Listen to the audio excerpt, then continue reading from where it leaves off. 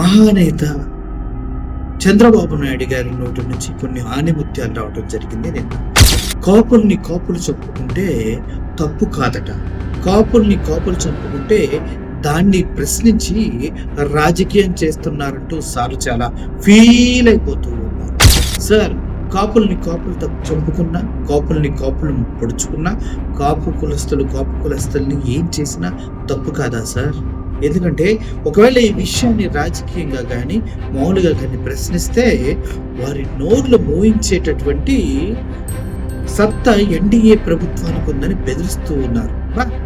What a vision sir మీది, ఒకసారి వినండి ఆయన ఏమంటున్నారు. నిన్న చూశారు విజయవాడలో ఒక సంఘటన జరిగింది.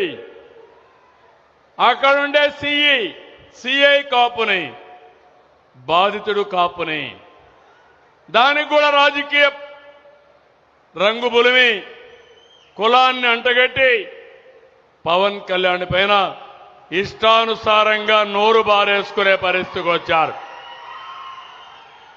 అదే నేను చెప్పాను, ఖబర్దార్ జాగ్రత్తగా ఉండండి, అనవసరంగా నోరు బారేసుకుంటే నోర్లు మూయించే శక్తి ఎన్డీఏకుందని చాలా స్పష్టంగా హెచ్చరించాను. అవునా కాదా? విన్నారు కదా, అది ఆయన కాపులు చెప్పుకుంటే తప్పు లేదని చాలా సింపుల్ గా చెప్పినటువంటి మాట అన్నమాట. తప్పులేదు కదా, అర్థం చేసుకోండి.